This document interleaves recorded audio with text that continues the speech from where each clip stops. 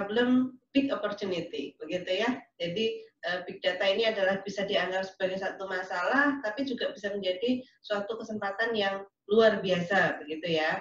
Oke, tadi siapa saya, Bapak Ibu sudah diinformasikan oleh Pak Indra ya. Nanti informasi lengkap Bapak Ibu bisa akses di pusrini.com ya. Saat ini sehari-hari saya di Amikom dan kebetulan saya mengelola diamanai untuk mengelola pasca sarjana, dan salah satu program studi kami pasca sarjana itu ada program studi PJJ Teknik Informatika S2, dan ini kita bekerja sama penyelenggaraannya dengan STIMIK di Panggara, Makassar. Oke, kemudian bicara tentang big data, mungkin saya akan mengawali dengan istilah business intelligence. Saya yakin Bapak Ibu sudah pernah mendengar ini ya. Business intelligence itu apa sih ya? Bahkan kalau di Pasca di tempat kami ini menjadi salah satu konsentrasi Bapak Ibu ya. Dan mungkin ke depan bisa jadi nanti ada program studi khusus tentang business intelligence ini ya. Bisa jadi di tempat lain akan ada program studi yang spesifik tentang business intelligence. Apa sih yang dimaksud dengan business intelligence? Kata Gartner Group ya mengatakan bahwa business intelligence is the process of transforming data into information and through discovery transforming the information into knowledge ya.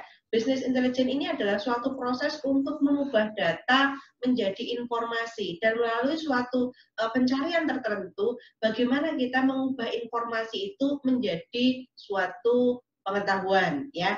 Dan ini pengetahuan ini nantinya akan kita gunakan di dalam berbagai proses pengambilan keputusan.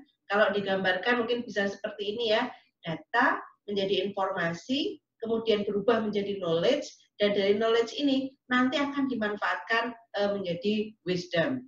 Mungkin perlu kita pelajari ini ya, apa term yang dimaksud dengan data, apa yang dimaksud dengan informasi, apa sih yang dimaksud dengan knowledge, dan apa pula itu wisdom, begitu ya. Nah, kalau data ini berarti terkait dengan fakta mengenai suatu objek atau kejadian atau transaksi atau apapun ya. Bapak Ibu, kalau kita bicara di suatu organisasi di perguruan tinggi misalnya, yang dimaksud data itu apa toh? Ada data mahasiswa, ya, ada data dosen, ada data ruang kuliah, ada transaksi KRS, ya, ada transaksi pemberian nilai oleh dosen dan sebagainya. Kalau saya bicara di supermarket, yang dimaksud data itu apa?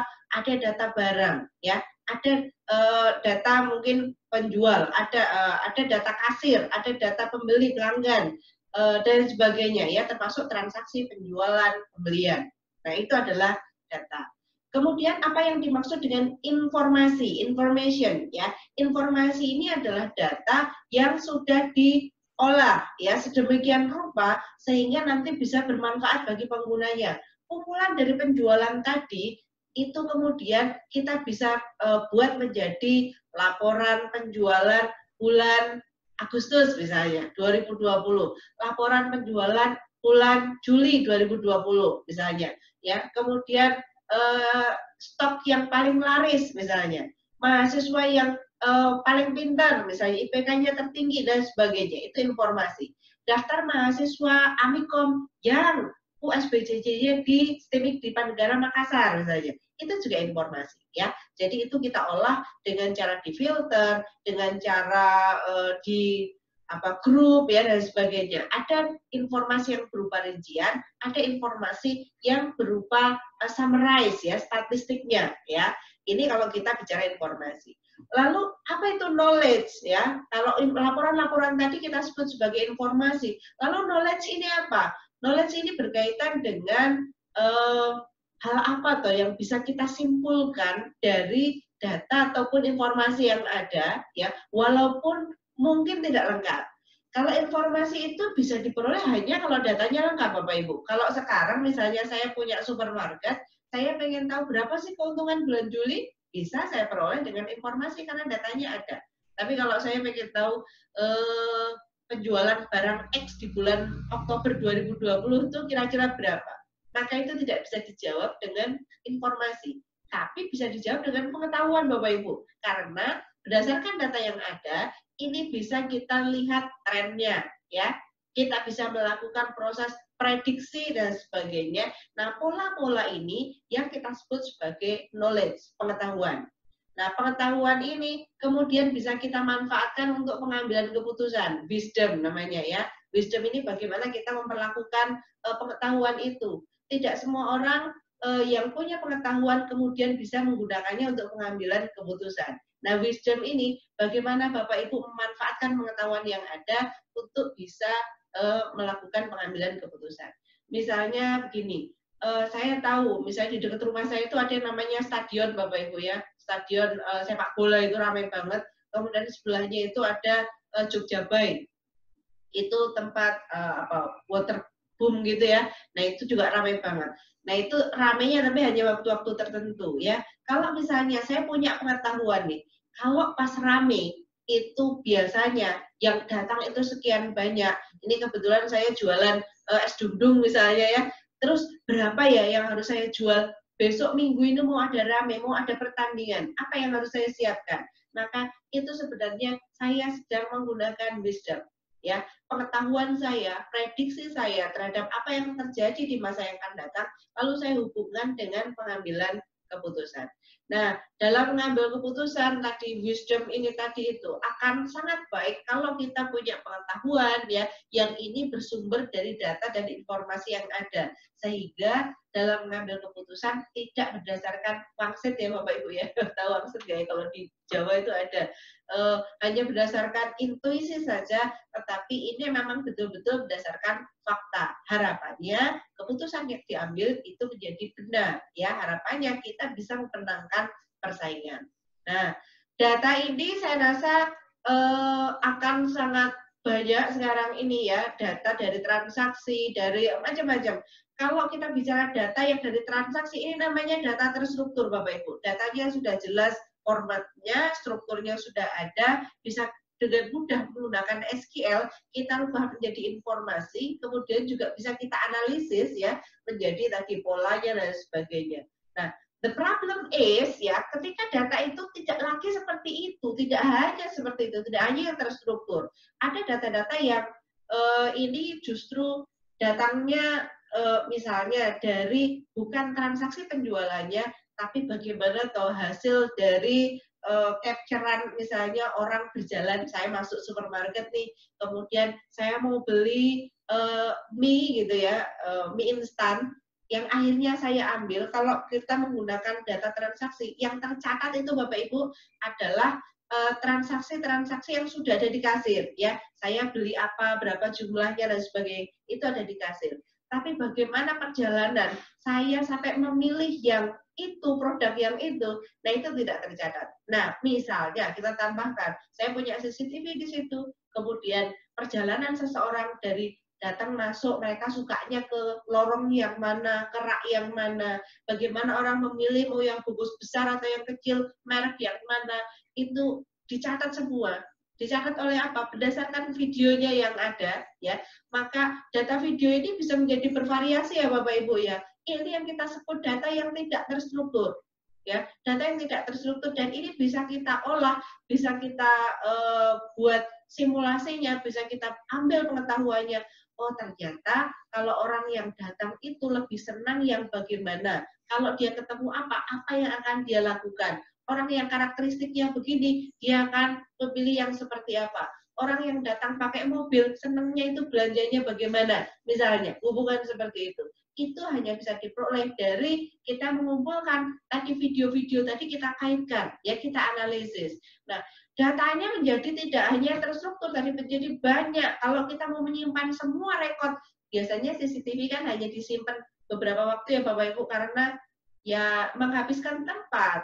Disimpan 2 hari, kalau ada permasalahan dalam 2 hari itu dibuka, kalau enggak udah dihapus kan gitu. Karena tujuannya adalah untuk pengawasan, security, ya. Pak Satpam tidak harus melototin semua bagian, tapi bisa melihat dari CCTV-nya. Lalu kalau ada yang kelewat dan 2 hari yang lalu ada permasalahan, kita tengok. Ya mungkin tidak 2 hari, ada yang seminggu, ada yang 2 minggu atau 1 bulan begitu ya. Nah, tetapi kalau kita menganggap bahwa video-video tadi itu bukan sekedar untuk security, tetapi bisa kita manfaatkan untuk ngambil pengetahuan untuk marketing kita, maka ini kita simpan Bapak Ibu, kita olah. Lah, berapa besar Bu? Ya besar sekali. Makanya kita menggunakan big data tadi karena volumenya sudah melebihi dari yang biasa kita lakukan. Ya, jadi ini dari sisi volume ya. Oke, ini menjadi pengetahuan tadi.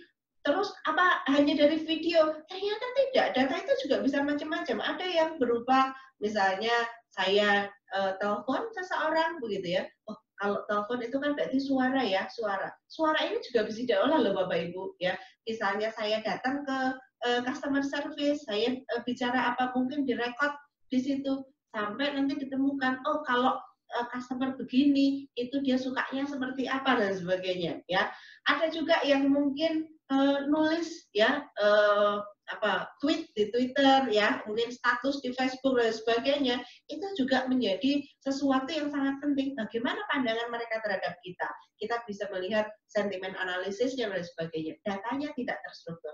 Nah, kalau kita sudah punya data yang tidak terstruktur tadi, maka kita mulai berpikir untuk mengendalikan itu, mengelola ini menggunakan pendekatan big data. Tidak lagi menggunakan pendekatan manual atau konvensional ya, sistem informasi konvensional menggunakan database yang berbasis OLTP ya.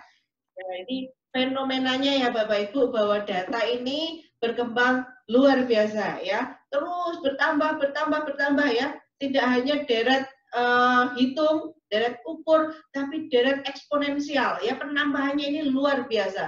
Dari mana saja datanya ini macam-macam tadi ya, dari video kita ya, dari TPS, dari sosial media, IoT mungkin ya Bapak Ibu mungkin punya alat yang dihubungkan dengan sistem kita ya, sensor, dari email ya, dari multimedia dan sebagainya. Data is everywhere ya. Kalau zaman dulu kita bingung mencari data, sekarang nih data udah di mana-mana.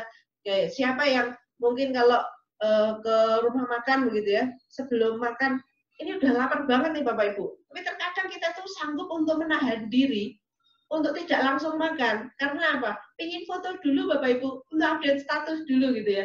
Jadi ini sudah menjadi fenomena. Setiap kita ini ingin menceritakan apapun yang terjadi pada kita, itu melalui sosial media. Ya, termasuk ini nanti mungkin habis acara ini, ya mungkin sudah ada itu di Facebook, di Instagram gitu ya, tentang kegiatan ini. Sehingga setiap orang menceritakan apa yang dia lakukan, baik itu gambar, video, dan sebagainya, ya ini datanya menjadi sangat besar.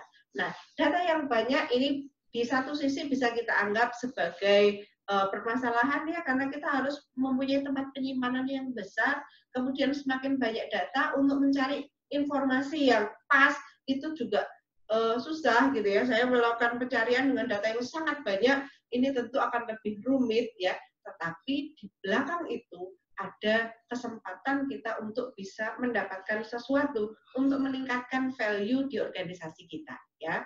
Nah, ini kaitannya dengan big data ya.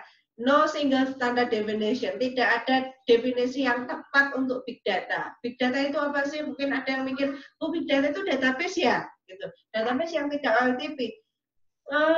Bisa jadi bukan ya, jadi bukan sekadar itu. Big data itu data mining ya Bu ya, yang untuk menganalisis itu. Kalau saya pakai data mining berarti big data, bukan juga gitu ya. Jadi ini adalah gabungan dari banyak hal ya. Di sini dikatakan bahwa big data is data whose scale, yang skalanya, diversity-nya, kompleksitinya ya, require new architecture, technique, algorithm, and analytics to manage it and extract value and knowledge hidden from it ya. Bagaimana kita kalau sudah punya data dengan ukuran yang besar ya, dengan variasinya yang banyak, dengan strukturnya yang macam-macam, dengan kecepatannya yang luar biasa begitu untuk datang, dan kita harus segera mendapatkan informasinya, sehingga memerlukan arsitektur, teknik, algoritma, cara analisis baru untuk mengelolanya, dan bagaimana cara kita mengekstrak value pengetahuan dari dalam data tersebut ya. Oke, ini adalah beberapa konsep dalam big data ya. Ada, saya rasa teman-teman semuanya juga sudah tahu ya, kalau kita googling begitu, isinya ini semua. Big data itu ada 4 karakteristik begitu ya. Ada yang mengatakan 5, bahkan ada yang mengatakan 7 begitu ya. Nah, Apa saja ini? Ada yang namanya volume ya. Volume ini berkaitan dengan ukuran, jumlah. Tadi saya katakan bahwa setiap hari kalau kita ingin mencatat tidak hanya transaksi utama, tetapi juga istilahnya kalau istilahnya teman-teman yang di big data itu saya remahan data, bukan transaksi utama, tetapi ini mensupport gitu ya. Nah ini karena remahannya juga kita kelola, maka kita punya volume yang besar. Velocity ini bagaimana data itu mengalir dengan cepat ya, dan kita harus mendapatkan informasi itu dengan segera. Oke, sebentar ya Bapak Ibu.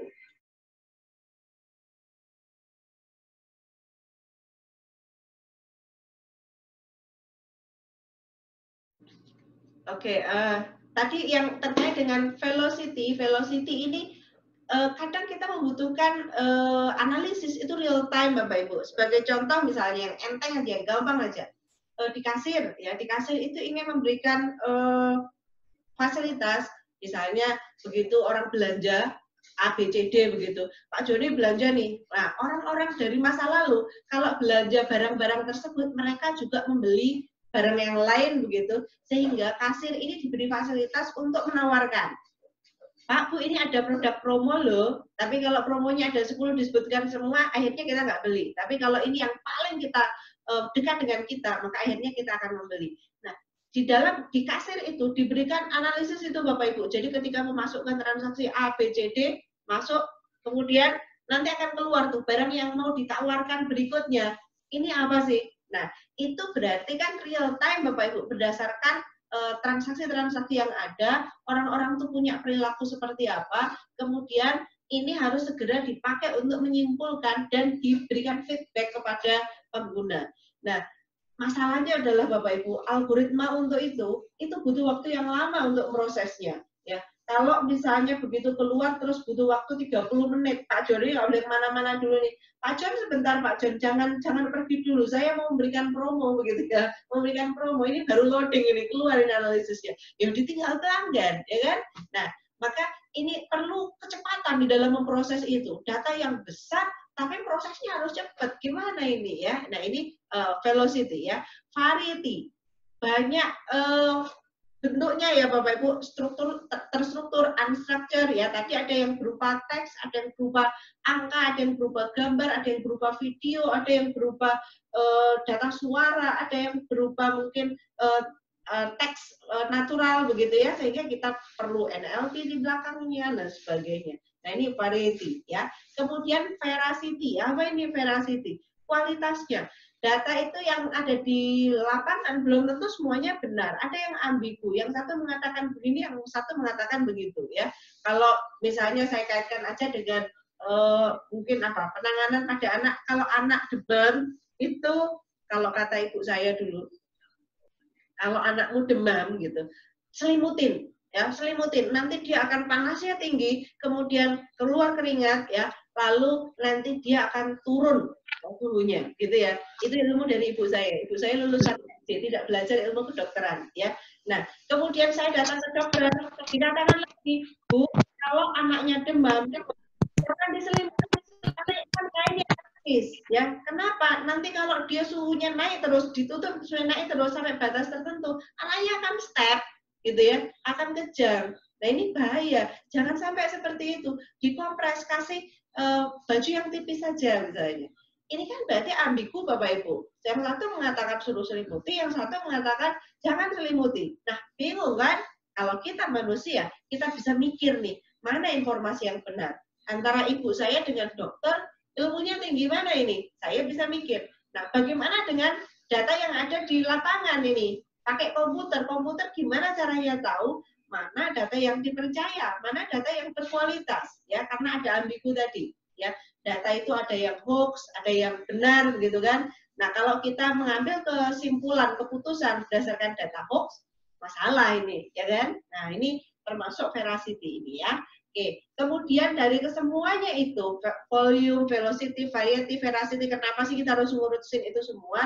Untuk mendapatkan value, untuk bisa mendapatkan apa yang bisa kita ambil, apa yang bisa kita manfaatkan untuk meningkatkan performa dari organisasi kita. Ya, ini big data ya. Jadi volume itu gambarannya adalah terkait dengan ukurannya Bapak Ibu, velocity ini bagaimana kecepatannya, kemudian ini ada veracity ini bentuknya macam-macam ya, kemudian variety ya, variety itu macam-macam. Kalau veracity ini bagaimana data itu benar atau salah. Oke, baik. Berikutnya adalah bagaimana workflow di dalam big data ini. Apa atau yang dikerjakan di dalam big data? Yang pertama adalah data integration, Bapak Ibu. Ini terkait dengan bagaimana kita mendapatkan data ya dari sumbernya.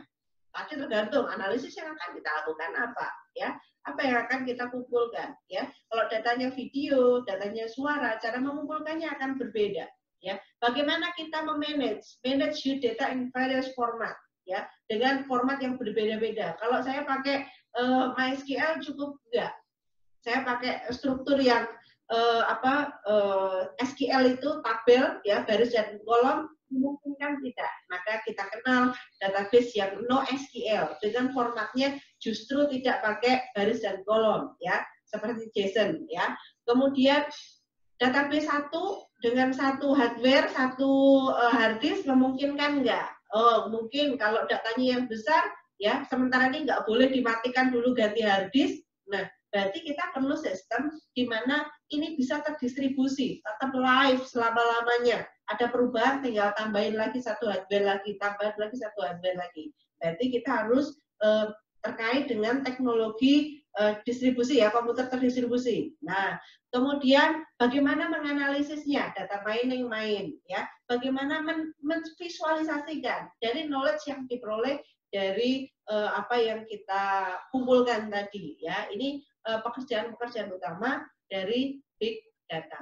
Lalu analisis yang dilakukan apa? Ini berarti kita bicara tentang data mining, bisa menggunakan classification ya. Kita bisa mengelompokkan data, misalnya saya ketemu orang baru, saya di restoran gitu ya, di restoran saya ketemu orang baru terus pengen nawarin menu apa nih yang pas untuk dia ya. Berarti bisa dilihat dari apanya. Kalau saya tahu bahwa orang yang perawakannya bagaimana, kayak Bu Sri ini sebenarnya makan apa ya gitu kan, ini berarti yang utama yang kita tawarkan ya. Ini pun konsep ini dilakukan di kayak penyedia seperti GoFood gitu-gitu ya Pak ya.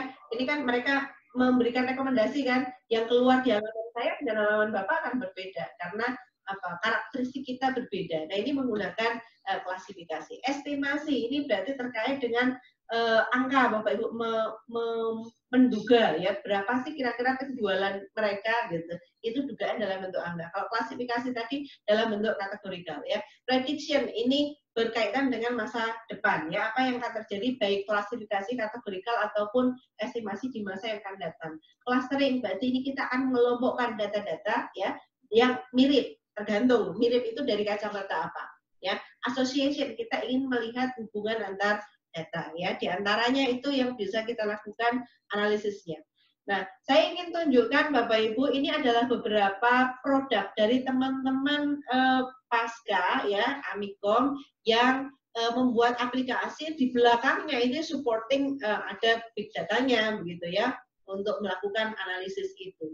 Salah satunya yang pertama adalah Simbah Digital Farmer ya. Ini adalah AI for helping farmer, untuk membantu para petani ya Bapak Ibu ya. Para petani bagaimana supaya mereka itu bisa mendistribusikan barangnya lebih baik, bagaimana mereka bisa menyelesaikan masalah, mendiagnosis apa yang terjadi di lapangan ya. Cabenya ini kenapa kok keriting begitu ya misalnya, cara mengatasinya bagaimana dan seterusnya ya. Oke, itu kemudian saya coba share komputer sound ya. Ini aplikasi ini kebetulan sudah memenangkan banyak kejuaraan, salah satunya adalah juara 1 di Cina Bapak Ibu dalam ajang Asia Pacific Youth Leadership, Innovation and Entrepreneurship ya. Saya akan tunjukkan seperti apa Simbah, we feed the world. My name is Mujianto and I'm CEO and co-founder Simbah Digital Farmers. So Simba is a social enterprise that is a focus on improving productivity and B2B marketing in agriculture-based technology. We have two missions. First is creating productive, independent, and prosperous farmers. Two is provide the needs of farming and agriculture products that compete in terms of price, reliable in terms of supply, and good of quality, with a target market of business to business B2B. Indonesia is an agriculture country and the number of farmers in Indonesia are more than 25 million. But there are still many poor farmers in Indonesia. Maaf Bu, suaranya tidak kedengaran. Distribution of Suaranya tidak terdengar? Iya Bu. Bentar, saya sudah share komputer sound-nya. Sudah Bu, kedengaran kok di komputer saya. Mungkin Keren ya?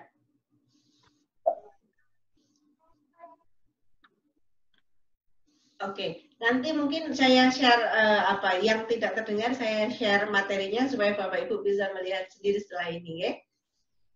Agriculture products that are too long, lack of information and knowledge to farmers. The length of the distribution chain from the farmers to the customer, causing the price disparity. For example, 3.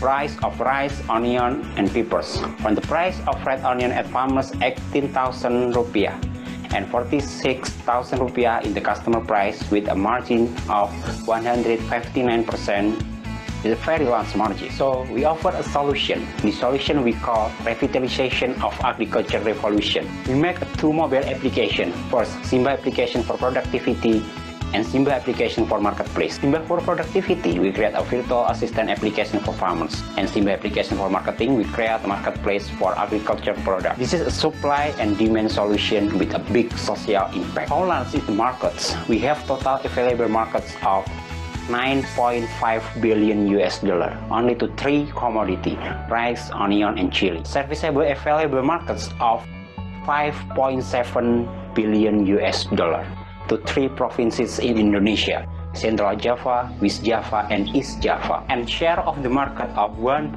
billion US dollar of the 20% margin that we take in 3 provinces in Indonesia, Central Java, West Java, and East Java. We have 3 business models. One is we will take a 20% margin for each transaction. 2. Data analysis. We are working with governments to provide farmers data analysis. 3. The subscription fee. One community is 0.1 US dollar per month. In 2017, we estimate the revenue projection of $184.8 million, and in 2021 of $2.4 billion. We have unique value proposition. First one, very easy to use with one-click solution. I mean, like a phone calling. We are using Cloud Space API by Google products. Speech-to-text conversation powered by machine learning. We also use Firebase as our main cloud database. This feature is very useful because many farmers in Indonesia who do not understand technology and the smartphone is only used for the call. 2.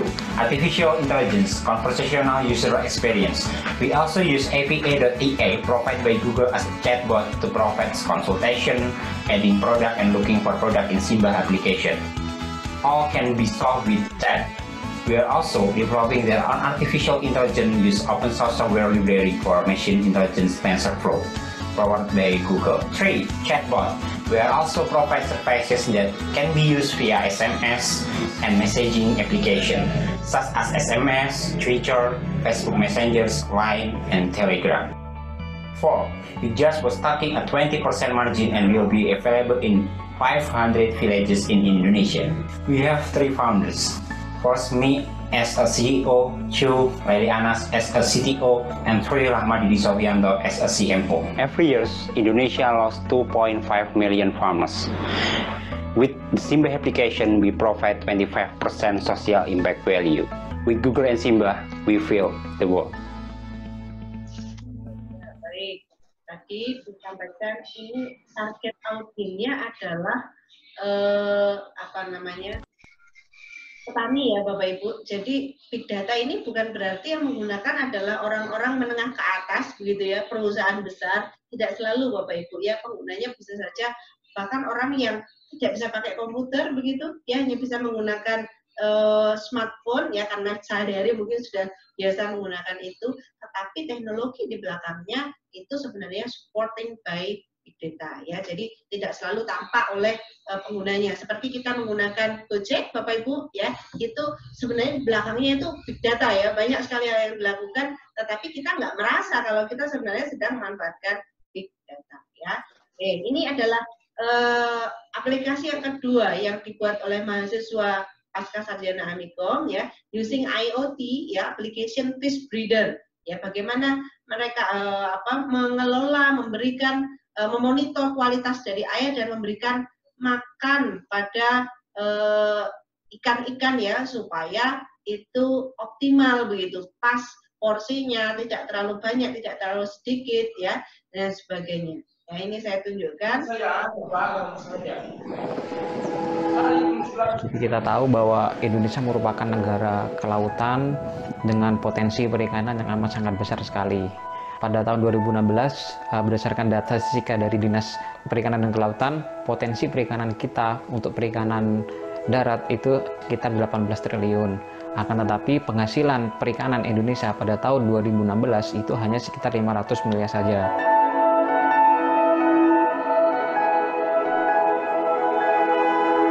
Latar belakang tersebut, saya mencoba ingin tahu kira-kira apa yang menjadi masalah dan menjadi problem masyarakat perikanan di Indonesia sehingga potensi perikanan Indonesia tidak tergali secara maksimal.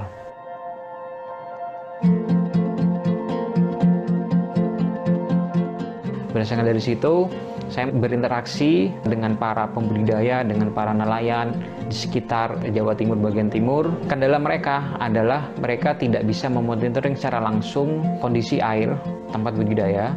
Yang kedua adalah masalah efektivitas dan efisiensi dari pakan, sehingga cost dari proses budidaya itu sangat besar sekali.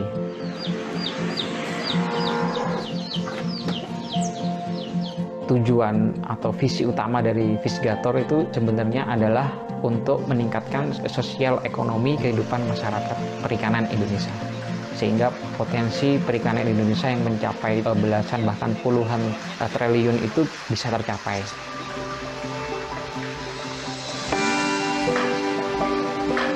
Untuk fitur-fitur sendiri dari Fisgator antara lain, yang pertama adalah sensor kualitas monitoring kualitas air, yang kedua adalah automatic feeder untuk menyelesaikan manajemen pakan sehingga pakan bisa terbang secara efisien sehingga menghemat dari cost control proses budidaya. Kedua sistem tersebut itu terintegrasi dengan IoT atau Internet of Things sehingga bisa dimonitoring melalui smartphone maupun web server. Dengan demikian memudahkan para pembudidaya.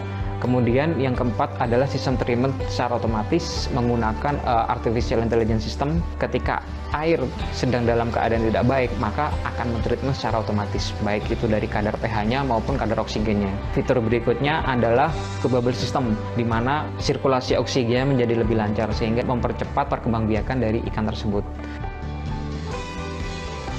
Kami percaya bahwa masa depan Indonesia ada di tangan kita. Kita hanya harus peduli dan terus berkarya.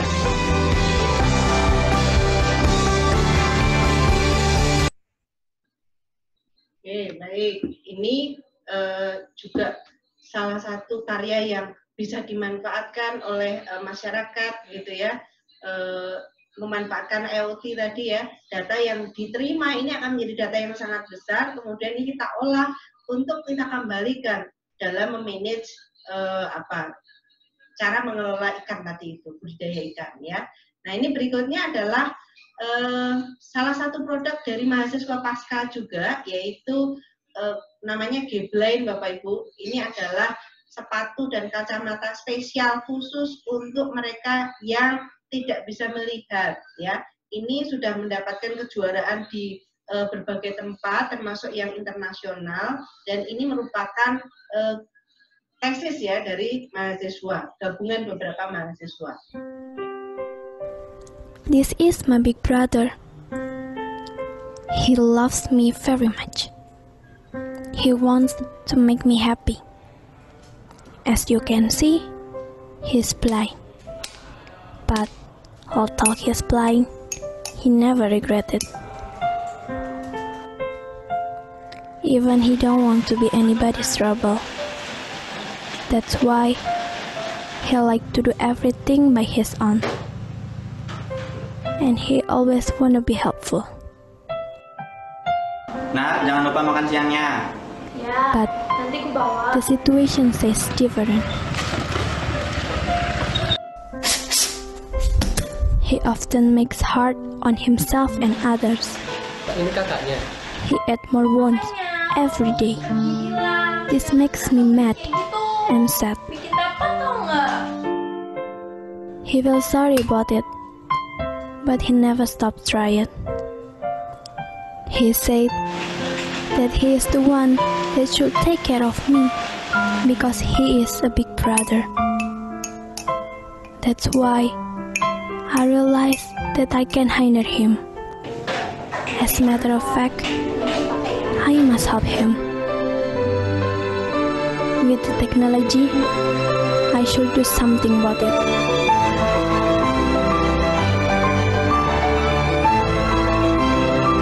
It can navigate and give him warning. One step at a time. Nah, kamu lupa makan siangnya lagi. Like I said, because all he wants is to make me happy. And it makes me happy if he can help himself.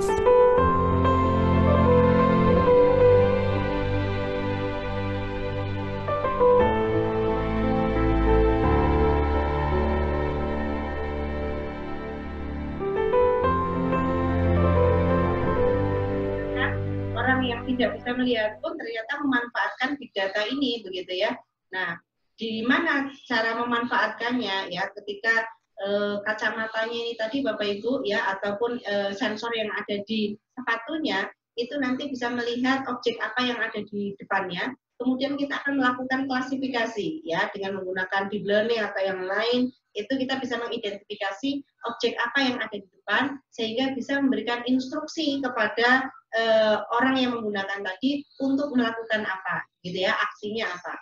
Oke, ini aplikasi, contoh aplikasi terakhir ya Bapak Ibu, ini aplikasi dari mahasiswa Amikom juga, mahasiswa Pasca ya, diberi nama Agritrons ya. Agritrons ini tahun 2019 kemarin mewakili Indonesia ke Laos ya untuk ajang AITA. Indonesia is an agrarian country where the majority of the population lives as farmers. Horticulture is a very large agricultural commodity in Indonesia, as well as tomatoes and chilies. However, there are still many problems with horticulture farmers on chilies and tomatoes in Indonesia, such as unpredictable weather, uncontrolled soil nutrition, uncontrolled crop cultivation management, uncontrolled pest management, and inefficient operational management. All these problems can cause losses to horticultural farmers and make farmers seem as not a promising profession in the future and will be left by millennials. Based on these issues, we offer Agritrons as a solution, an Internet of Things platform with precision data management for chilies and tomatoes, which is integrated with artificial intelligence and management data system to improve crop of yield for horticultural farmers. The first feature is soil sensors based on the IoT. This feature allows farmers to monitor soil nutrient condition so it can be a reference for farmers in land management. The second feature is a weather sensor based on the IoT. This feature allows predictors of weather condition through farmers' smartphone and can be planned land management for the next few days. The fourth feature is a decision-making system based on an artificial intelligence system. This decision-making system uses the Carnet's nearest neighbor algorithm that helps farmers as a decision support system in providing fertilizer, land watering, and land management to be more efficient as to minimize operational costs. The fifth feature is an automatic sprinkler system using sprinkler drones. This system can help farmers in watering and fertilizing.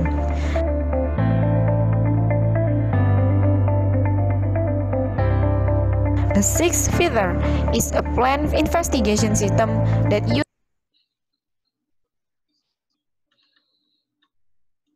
a multispectral camera which allows the potential to harvest in a crop area.